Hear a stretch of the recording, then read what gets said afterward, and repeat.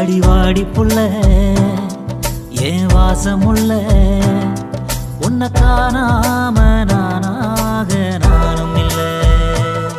நான் கண்ணி புள்ள ஏன் மனசுக்குள்ள அடவேராக சேராக நீ இருக்க.